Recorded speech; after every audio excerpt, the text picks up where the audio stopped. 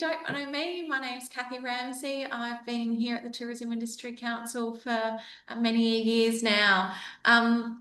Before we start, I'd like to actually acknowledge that we are hosting this webinar from the lands from Ghana country.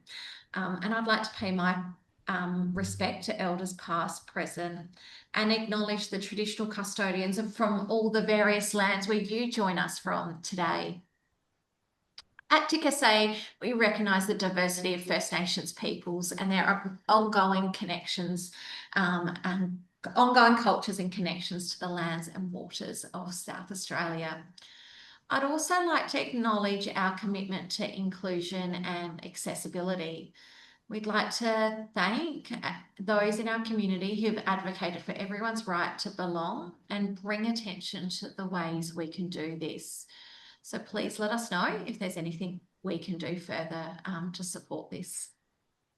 Our In Conversation series are short webinars as part of our Business Capabilities program to provide our wonderful tourism operators like yourself with insights and advice to help you with your business planning and operations.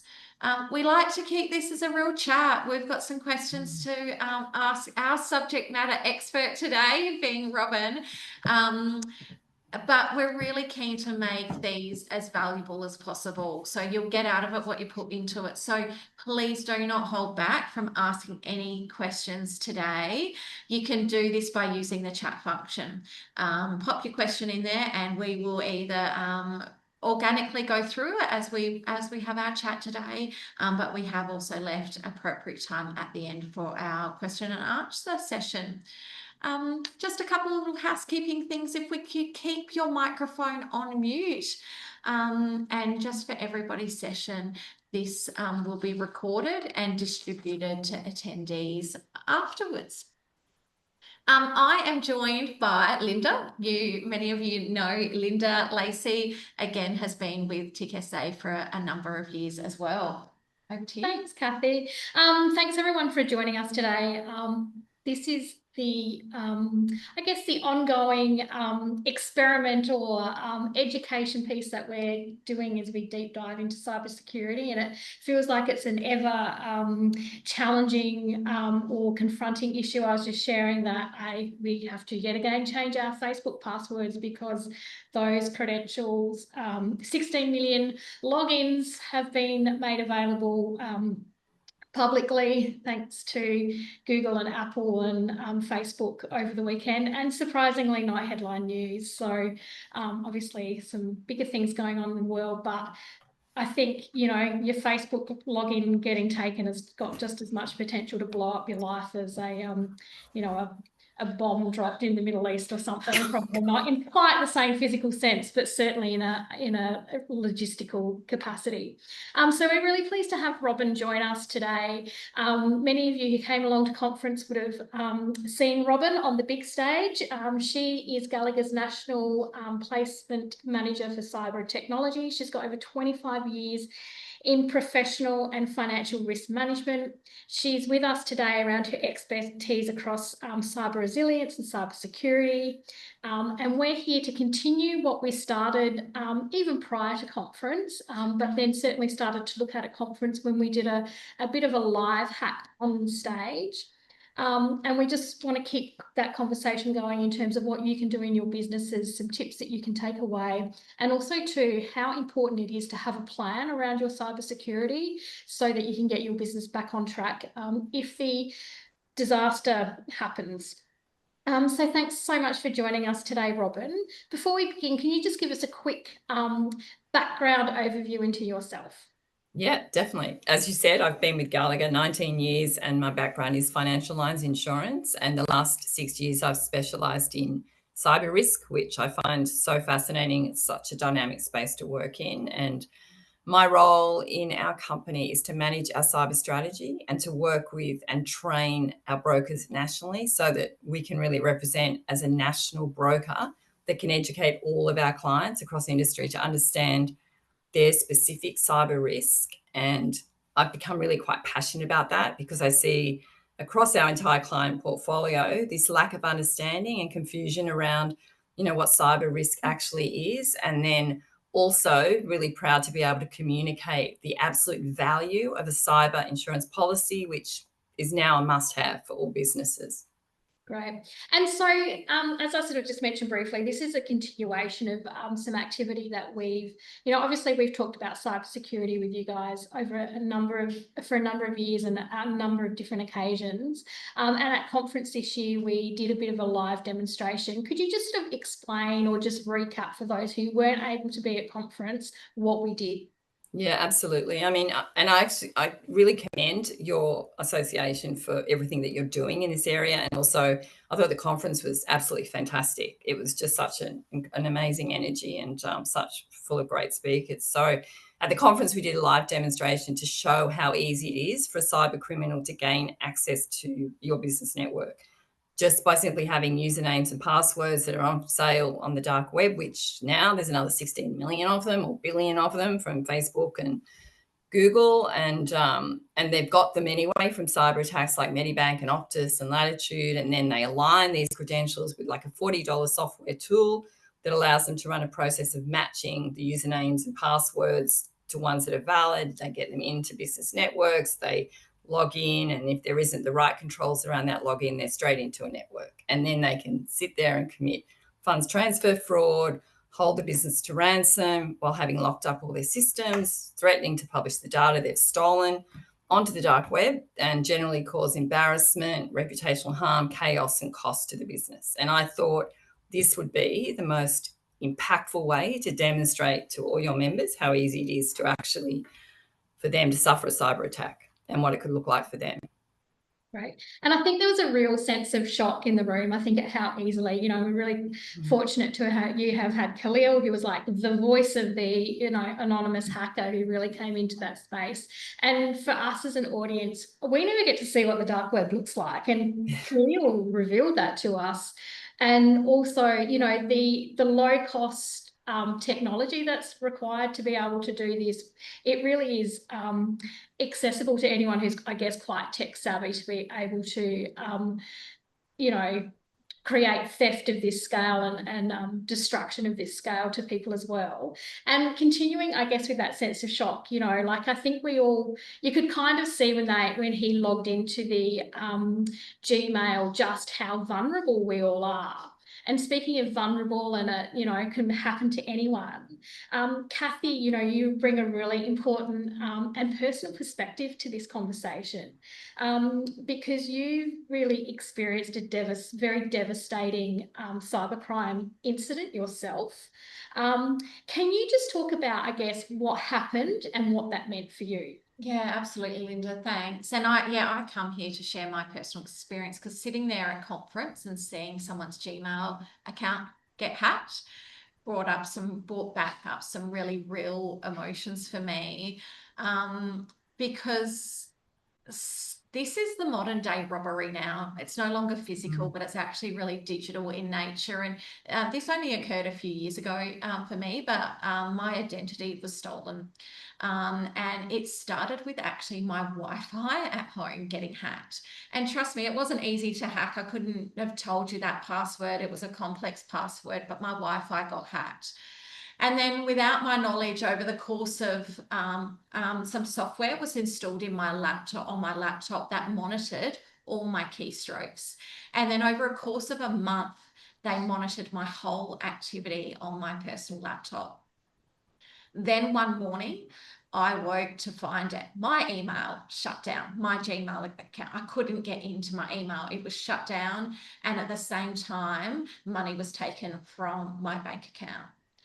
And then it just started to unravel before my eyes at that time. And it was overwhelming. It was incredibly emotional, uncovering how extensive the fraud was. And obviously discovering that for a month, someone had been monitoring everything I was doing online.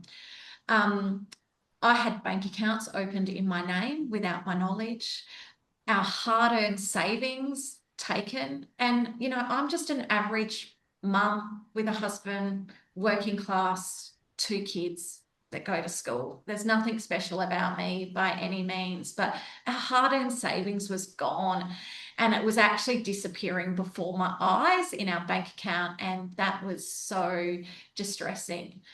And then the next layer is I discovered over 17 buy now, pay later bank accounts opened in my name completely illegally, with purchases that I was liable for, but I had no part in. And it's still like it brings this up for me because it was so real.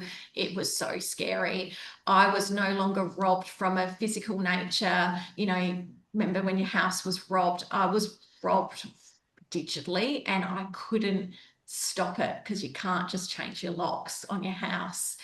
So the toll wasn't just financial, it was really mental and emotional too. And I've still got those scars from what that impact was. What probably made it harder was I didn't know where to turn to or what to go and how to navigate this process. The police, well, they can only do so much. And then, you know, the Australian Cybersecurity Centre, they provided really helpful resources, but it was so complex to navigate and work out what to do, who to turn to, how to go about it. I was even scared my mobile phone had even been compromised because I just didn't know at that time the extent of what damage has been done. All I could just see was the outcomes of what was happening to us personally. And particularly in a little day and age now that our currency is digital, it's pretty scary when I have to go to my mum and to go, I can't use my bank accounts, mum, I need cash to operate. And I shouldn't, as a lady in her 40s, be thinking I'm going to ask my mum for money, because I simply couldn't put food on the table because my accounts had all been completely compromised, and it was really hard to pin what had happened. So I probably really share my experience because I never want what I felt or what happened to me to happen to anybody else. And therefore you put that risk, mine was a personal risk, which we're all exposed to. And obviously Facebook right now with these credentials being linked, you know, it's all this, it's very real to us every day.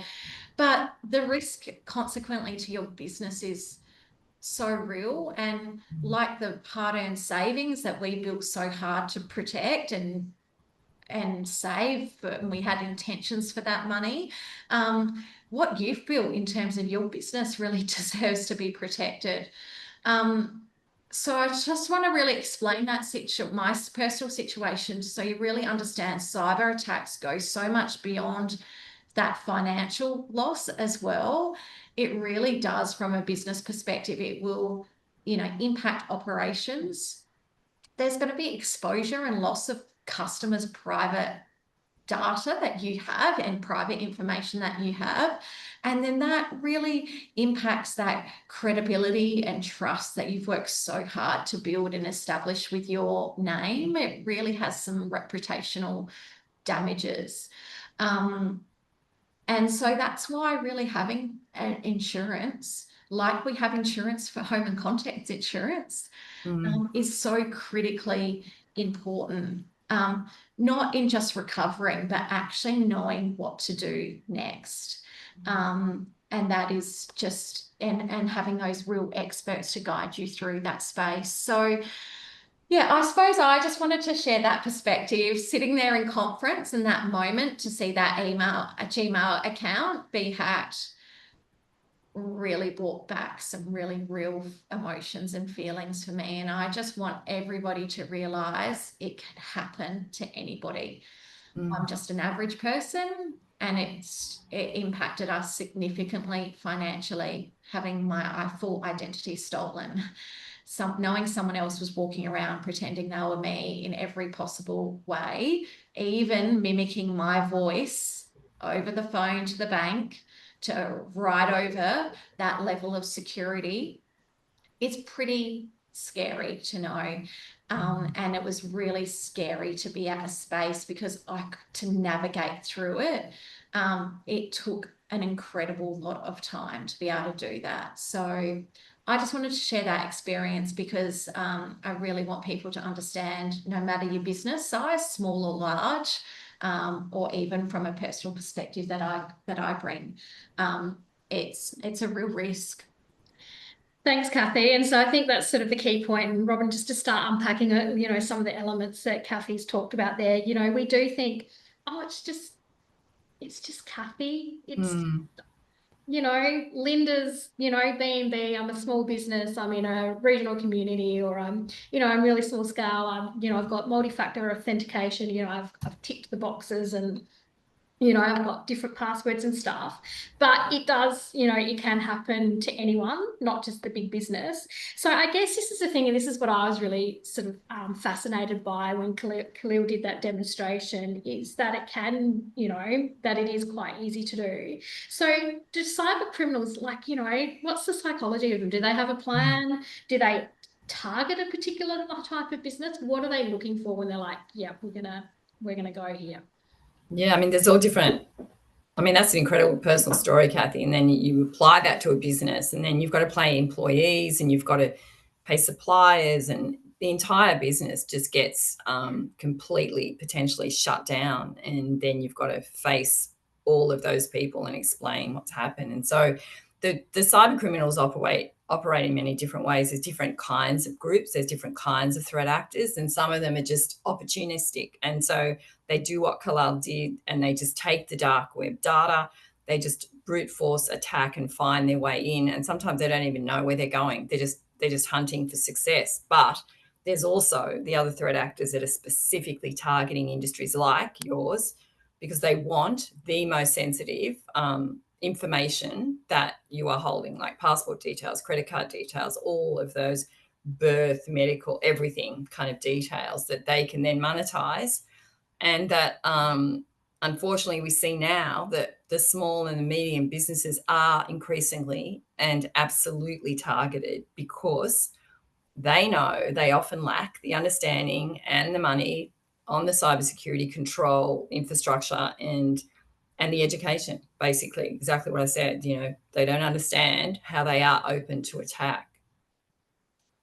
So it sounds like there's kind of, if I'm starting to think about some tips that I need to take away from this, there's two kind of key facts there: that tourism businesses are vulnerable because of the types of data and the way that tourism is, conducted. It can be done, transactions do happen quite often in an online space. But then also too, you're saying that hackers are smart enough to know that a small or a micro business may not have all of the security and architecture that a big company might have.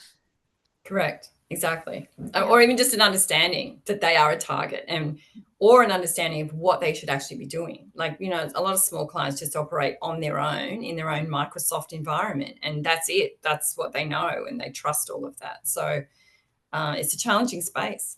Yeah, absolutely. And Robin, I suppose from my personal experience, I shared some of the impacts of what happened to me with that cybersecurity attack. Obviously, not just money taken, a lot of money taken from my account, but 17 buy now, like pay later accounts opened in my name when I've never used any type of interest free in my term. Like, that was some of the impacts that happened to me from a personal perspective.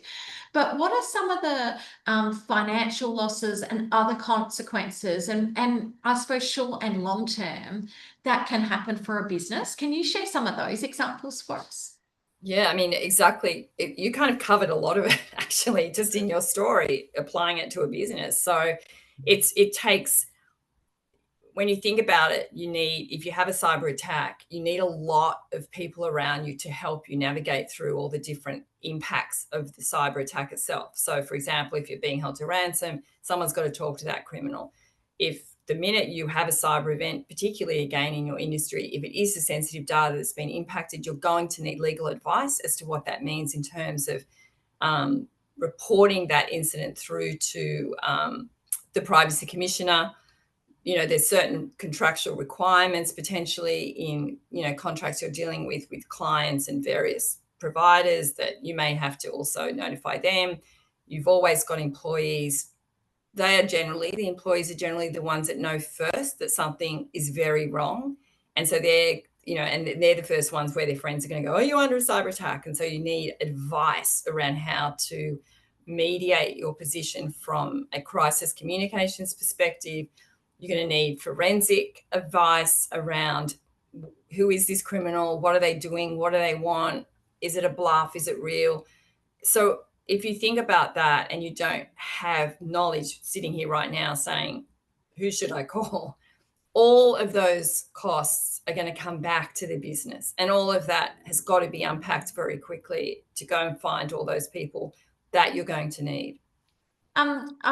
Just a couple of things that you sort of triggered some thoughts in my head is we talk about customer data being, highly valuable, but you talked about employees. If you've got employees, or even if you're paying yourself, that information is contained somewhere. Their bank account details and that level of responsibility on that information that you're holding on your employees, understanding that that's part of it. That's sensitive data that every single business holds. Even a small business will have information on their employees or contractors, whoever's working in the business, and that is privately identifiable information.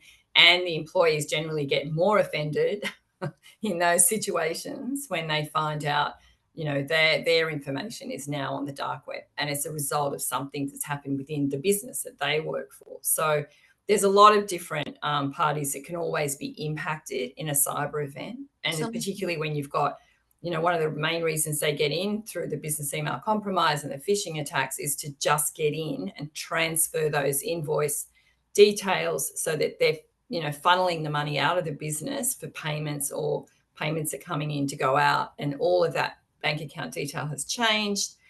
And that money is going out of the business, and they don't even know that they're not actually paying the right people, or their customers are paying them. So that's a fast, direct hit for cyber criminals to get fast money.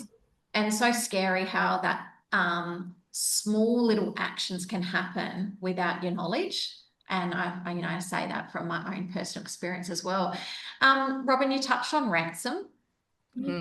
Is there if I'm Kathy's Canoe Tours, for example, am I really going to get hit up for a ransom? Isn't that just for the big companies like Optus and, Telstra and the Medibanks of what we've seen, the compromises before? Are they really going to be interested in holding, my little canoe tours not my little, but, I'm a small business, Kathy's Canoes Tours, to ransom? Like, that seems so extensive and dramatic. Does that really apply for me? But I think if you take the drama out of it from the threat actor's perspective, they're just going, particularly if it's opportunistic, and they're just kind of going, oh, here I am in Kathy's Canoes.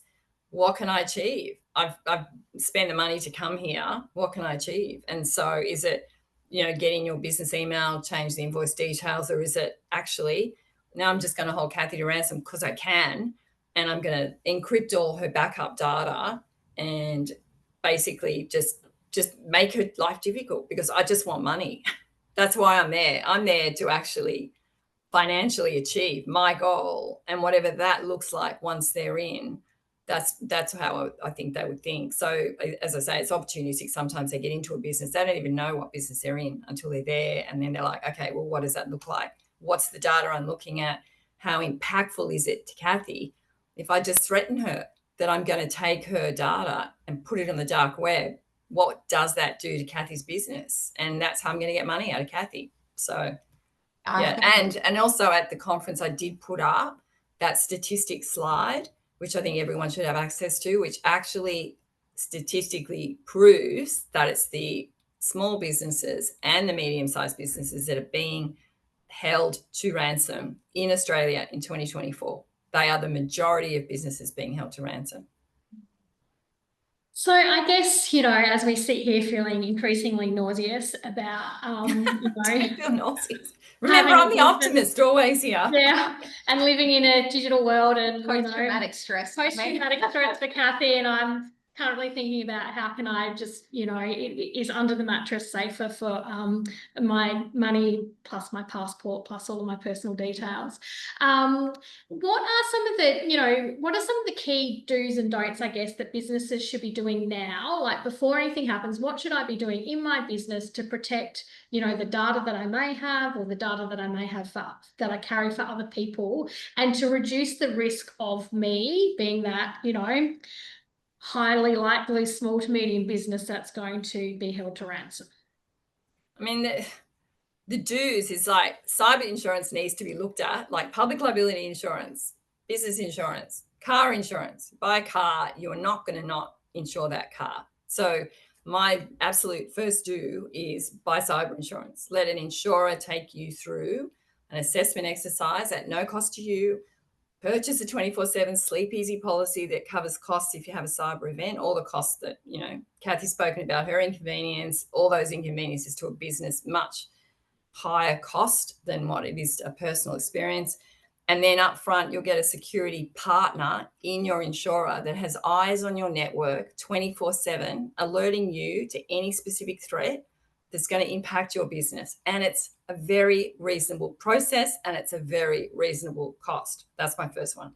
The second one is train your employees, because 95% of the attacks, and that data changes depending on who you're talking to, but generally the majority of cyber attacks are still coming from that human intervention. It's clicking on the phishing email, and the cyber criminals, we saw what Khalil did. It was so easy. And it's just like, click on that link or put in your credentials, give your credentials away because someone's come at you. I mean, I got one this morning. I'm always getting tested by my company.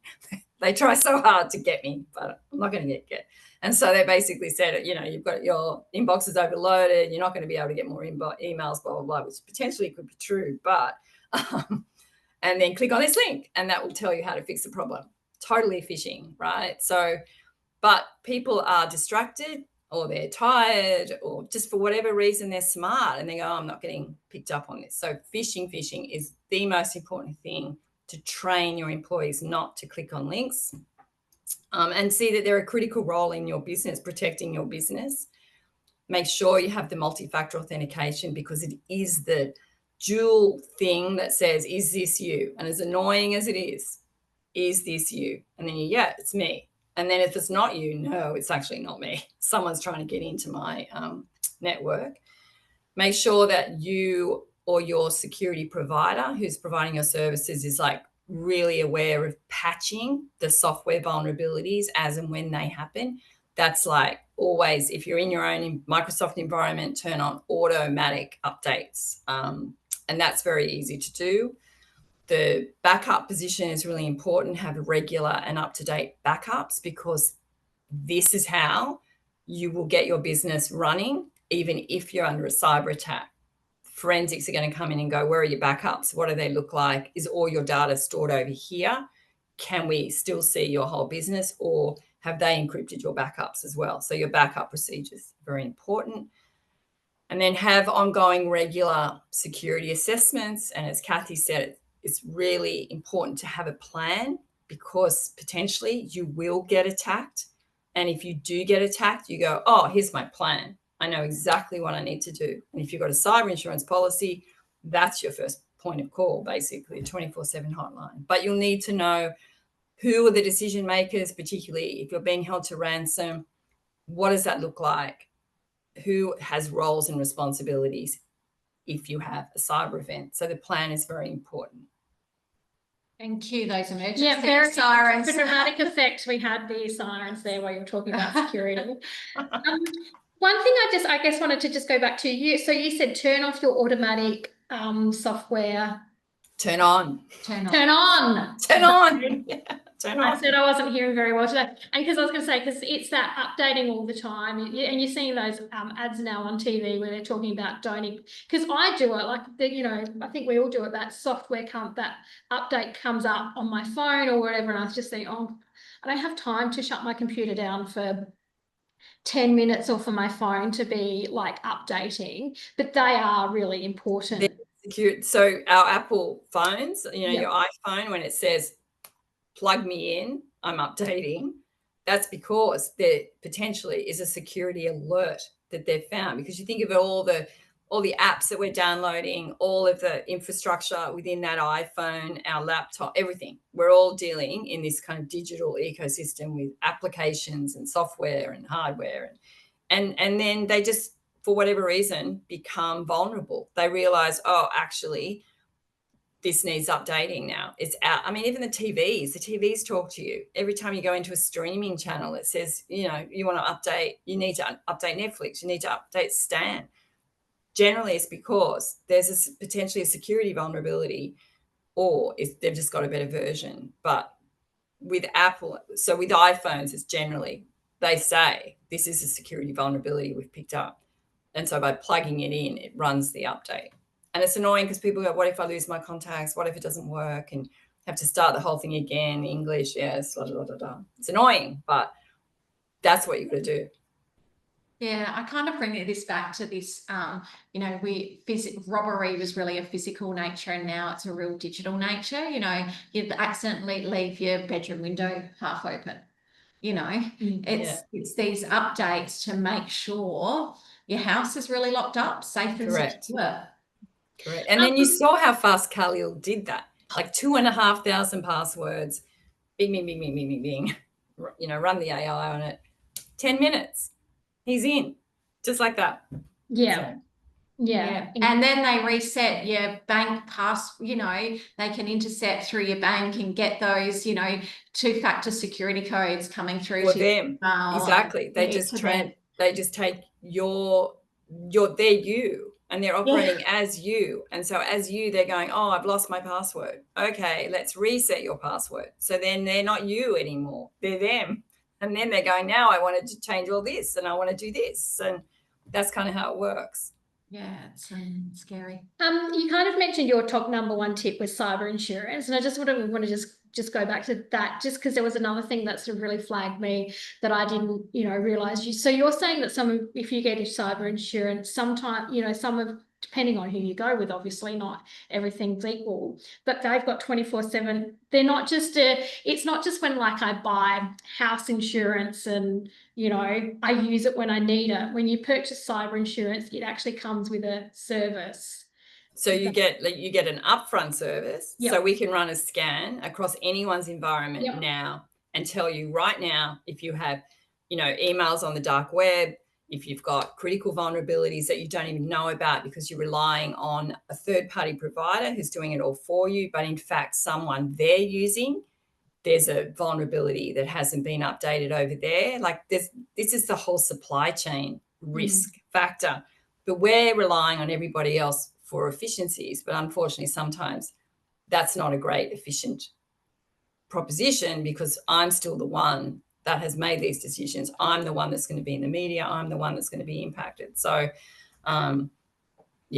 that's. Yeah, and I think that's an important thing to sort of unpack a little bit more, that ecosystem in which we operate a business and those third-party suppliers. So, you know, I'm going to use an accommodation operator, for example. If you're using Little Hotelier as your CRM, and then maybe you've got Xero as a plug-in to that, you might have MailChimp as another plug-in to that. No. Exactly. We're talking about the impact, and so whilst information might be in that third party, they can have compromises. Can you unpack that a little bit more for us, Robin, just to really? Yeah, exactly. I mean, we've seen that so many times. So, you know, we had a managed service provider that was attacked. I know of it. It wasn't our client, but I know of the story. A managed service provider was attacked because they were using a software product from overseas that was just coming down through their entire 130 clients.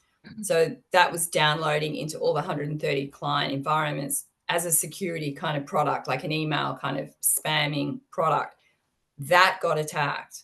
And then so when that got attacked, then they pushed through, you know, like the malware to go through the entire client environment of 130 clients. So, you know, so here's an update, push it out to all your clients. But in fact, that was a malware that went into the 130 clients. So, and then you've got 130 clients that are impacted, and then and that's all the way through that chain. So the other thing The insurance policies actually cover the third parties that are hosting the data and looking after the IT side of your business as if they are you, because you don't even know what that looks like. Because at the moment, small businesses are using managed service providers to provide all their security services, and they're completely trusting in that relationship, which is a good thing, but they might not even have a written contract, and they certainly don't haven't probably asked the question, excuse me, Bill, what happens if you have a cyber attack and my clients are impacted? What does that look like? Are you going to be looking after me in that?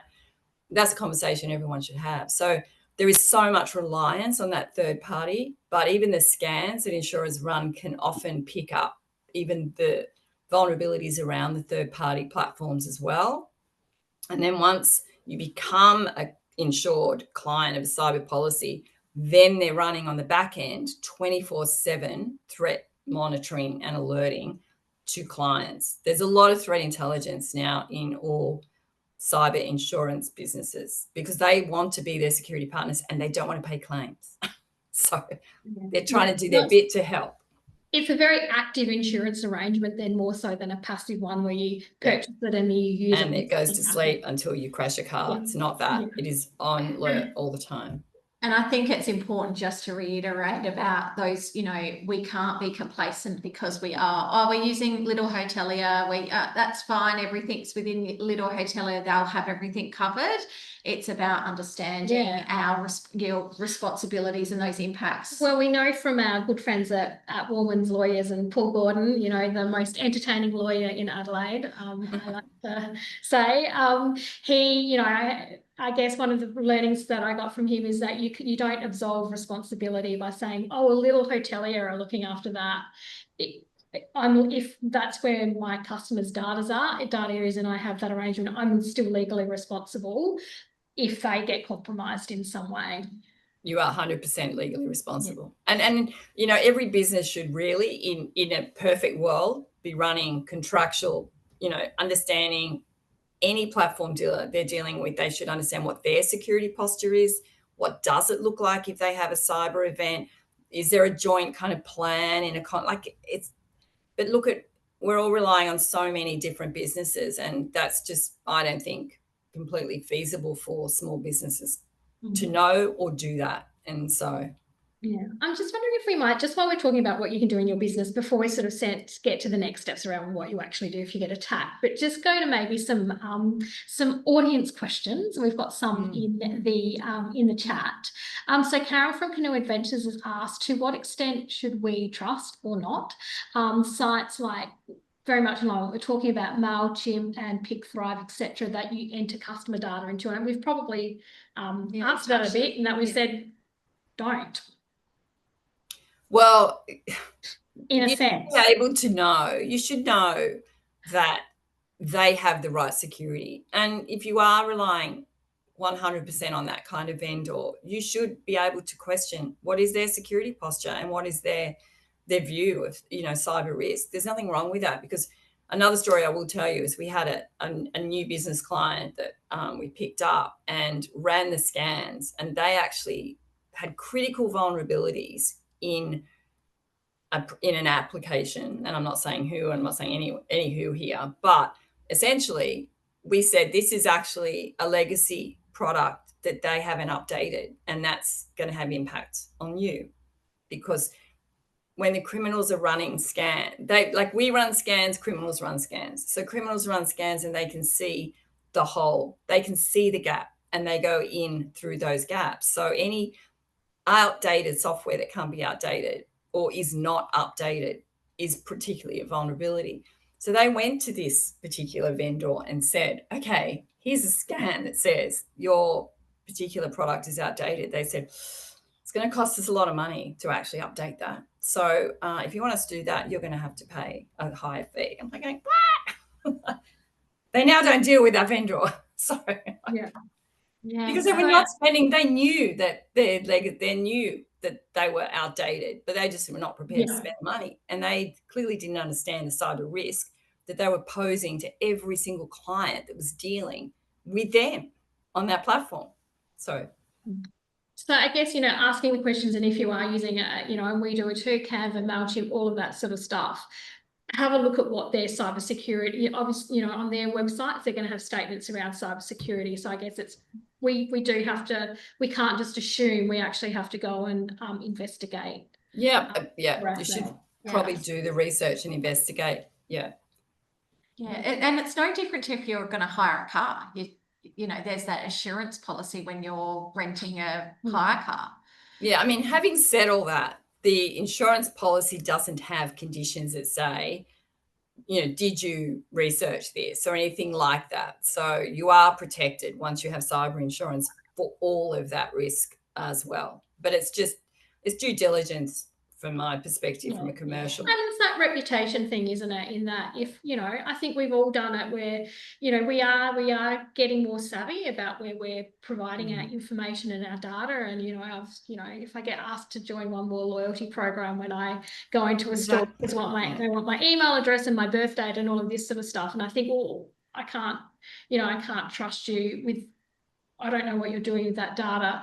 It's on us, to for our customers, that if we care about their data, we are asking those questions, regardless of whether we're covered or not. Because, I would hate for, my information to get shared where I don't want it to be shared, regardless. Yeah, absolutely.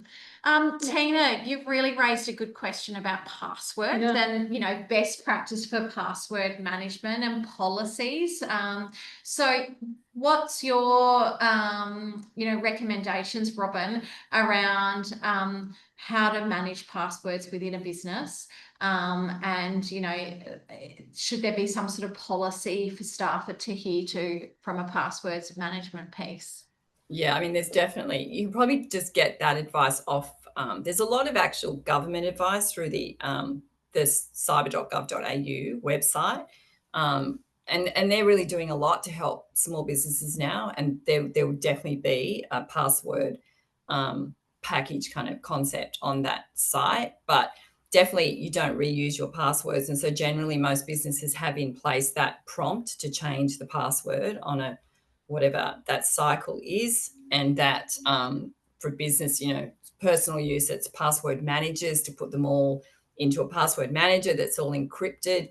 However, those password, products can get attacked as well, as one has been. And so it's really about just having that cycle of changing your password and not using, like your dog's name or 1234, anything like that.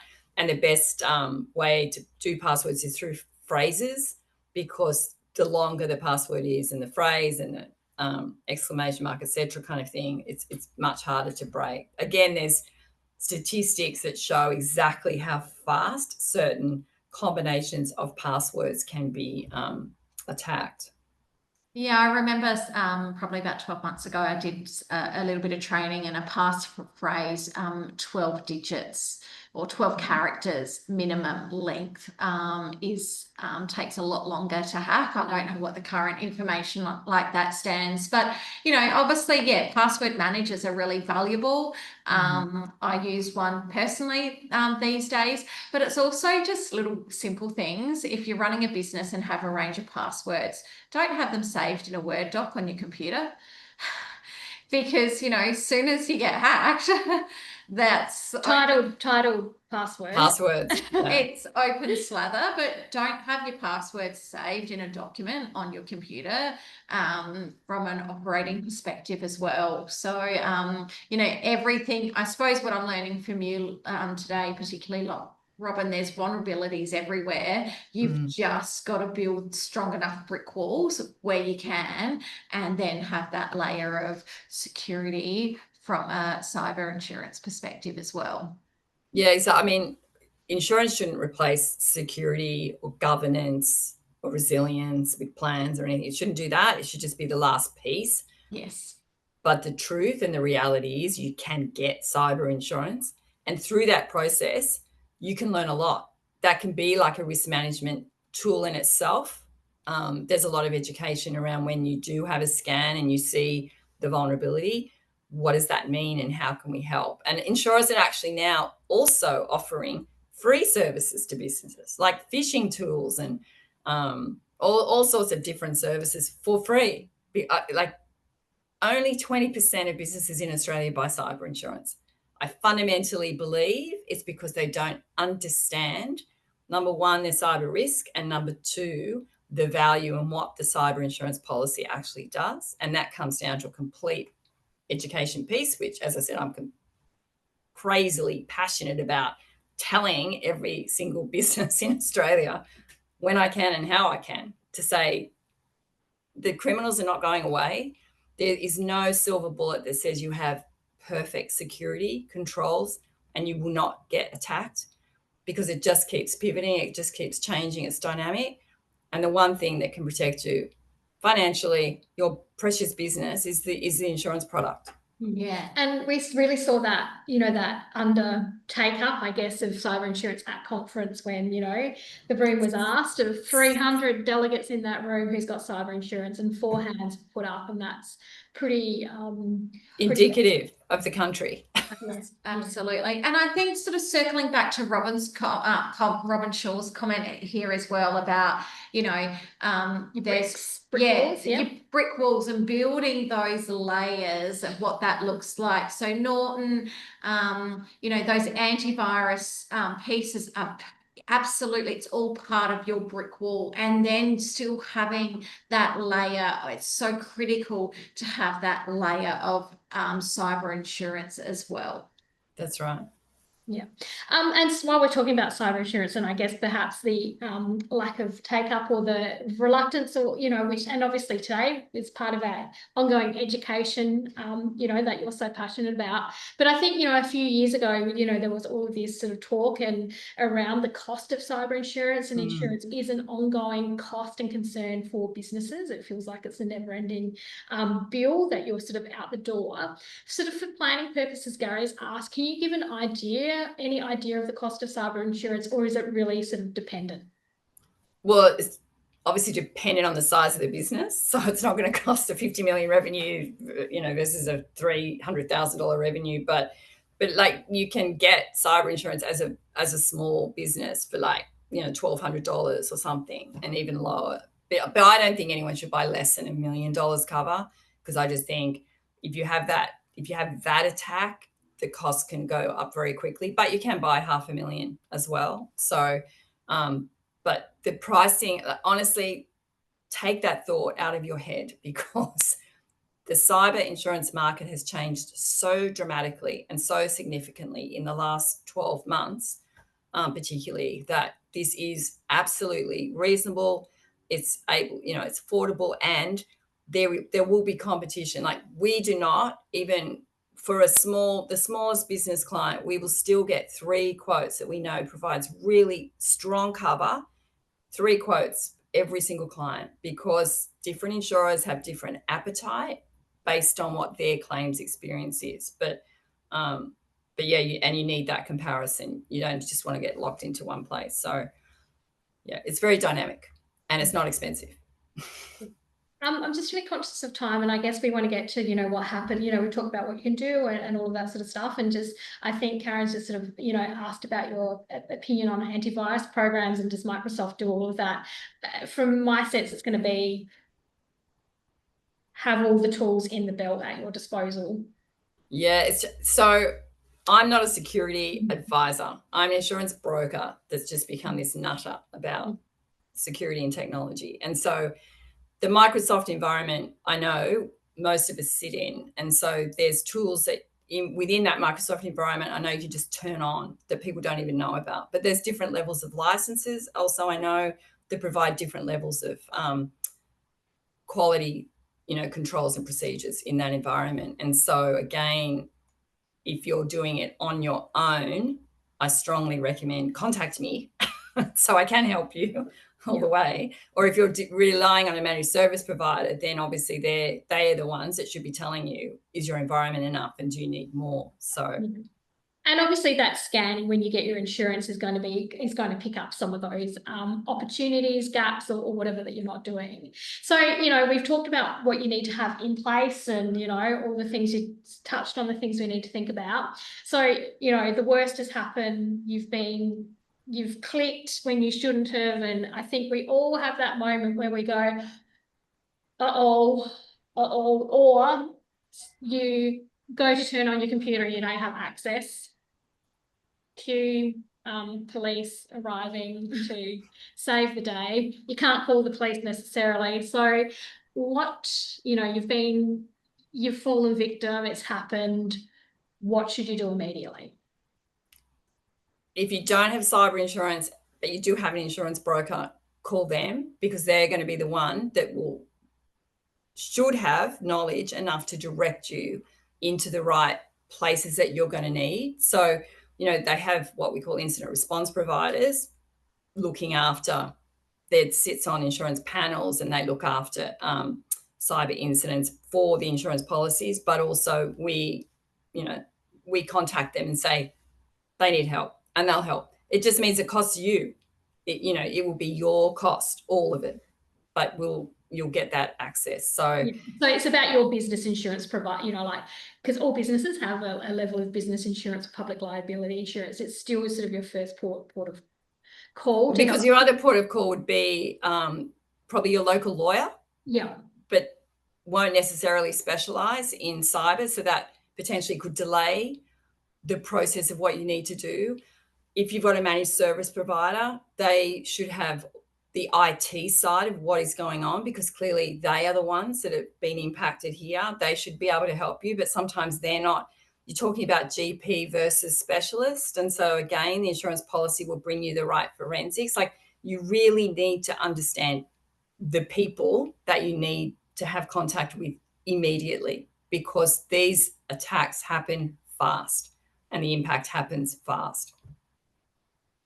And then obviously that cyber.gov.au website, obviously calling your banks, all of those sorts of steps as well, locking stuff down. Yeah, so from all that perspective, there's definitely the government advice line. So, but sometimes there's frustrations with that. So the actual incident response teams, it's very personal. Like, it's your business, and they don't want to take anything over. They just want to work with you collaboratively to help you through from beginning to end, basically.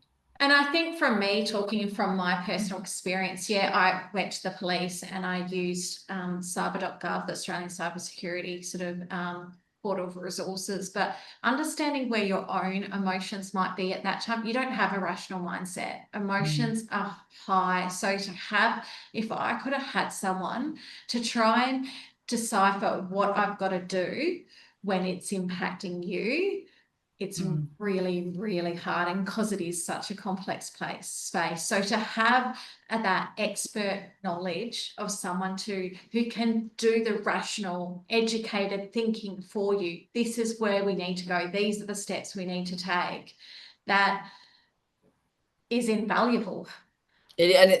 That sums it up perfectly, Kathy, because I work with clients, small, medium, and large, but in their own claims, and it is not a nice event, right? And so but when you bring these experts to the table, there is a beautiful sense of calm, because these people do this day in and day out. There is calm, and this is exactly what we need to do. And they just take the hand and they just guide where they need to be guided, and they just look after all of it. They look after even kind of like the mental health side of what is actually going on here and how it's going to impact.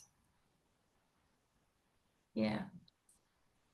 The value is, and that for me, I remember when I first started learning about cyber insurance, and certainly talking to you guys, that was a real takeaway for me, was that, often you're left, when it comes to cyber, I think we know what to do when we have a car crash, we call our insurer, or, the house burns down, we call our insurer. That's really ingrained in us. But the cyber, it feels so much out of your control, because we don't know what to do, and we don't know how to, I remember, my parents unfortunately fell victim to a scamming incident last year. They'd sold a house. They had a significant amount of money taken out of their bank account.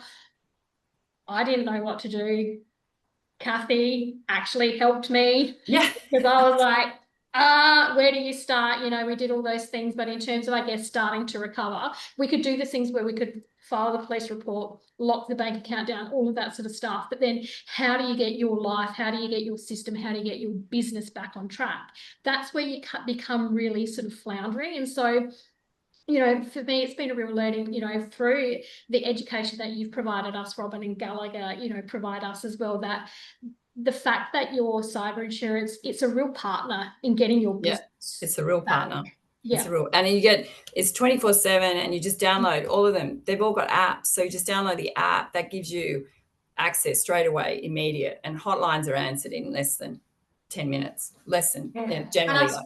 Yeah. I suppose my final words on this is a couple of things is, you know, that 24/7 nature, because trust me, it's not going to hit you when it's convenient. It's not during business hours. It's not during business hours. It's generally in the middle of the night. I wasn't alerted until you know, and I don't go to my phone first thing in the morning, but I went to my phone, I couldn't get into my email, like what's going on. And then I got a notification, money's taken from my bank, and I'm like, oh my goodness. And sort of obviously, you know, that was a really scary space. My other perspective is time. It took me not weeks, it took me months to get back on track. In a business, you don't have that time to get back on track, but it took me months to get back on track. Like I was still uncovering things later. It took me months, and I was lucky, and I had to operate off of cash for months. I was lucky I had the ability to, Your mum, my family to be able to support me in that. I was really lucky I had an understanding employer in TIC SA, because the mental damage was real for me. I had to take leave to be able to deal with this issue. It wasn't something I could deal with out of work hours, in that sense. So the time is a big piece. I'm just talking about, I'm just an average woman, 45 years of age, who lives in Adelaide. Don't operate my own business. From a business perspective, you don't have that time. It's monumental impact. It's just amazing what's happened to you. That's amazing. I know. Speaking of time, we are nearly out. So, Robin, do you have just 3 top tips that you can leave our audience with today? I mean, I think the top tip is really try and understand what your security posture is. Really understand that. I mean, it's hard because technology is just another layer of running a business, and it's hard, but you should, you know, try that. And then also invest in a cyber insurance policy, but use that as an actual risk management process for yourself to run this, to get a scan, look at your business, and then just uplift where you need to uplift and buy the insurance to protect you 24/7. So you just don't need to have to worry about this anymore, basically. Absolutely. And my top tip would be to end how we began: change your Facebook password and your Google and your Apple. And it can happen. Mine is, don't have your head in the sand. It can happen to anybody. Guys, I know this isn't a sexy topic to talk about in tourism, and we talk about a whole range of topics, but we can't underpin the importance of this, and we really take responsibility around our role to continue to educate you in your business on these really important topics. So I want to thank you for your time today. Thank you, Robin, for imparting your expert knowledge on us. My pleasure. Not just today, but you know, we really value our partnership with Gallagher to continue to be there as a resource for education and awareness to our community. So thank you, Robin, and thank you, Gallagher. It's vitally important we continue to talk about this topic because it is real. For everybody on the session today, we will be sending out an email with a recording to rewatch, because I know it's big. It's a big topic to unpack. We probably, you know, we all need to rewatch that as well as some resources in the email as well, and some direct contact information to Gallagher. And we'll be getting some more information into your inbox over the next couple of weeks with some follow-up tips and information from Gallagher as well. We'll continue talking on this critically important topic, because it's important for us that you guys are operating your businesses educated, with all the right resources to protect the hard work you guys are doing in building up incredible tourism operations here in our state. Thank you. Fantastic. Thanks so much, everyone. Thank you so much, Robin. Always really wonderful to chat with you. All the good people at Gallagher are really passionate and informative and make insurance actually really interesting. Thank you. Excellent. Bye-bye. Thanks, guys. Have a great day, everyone.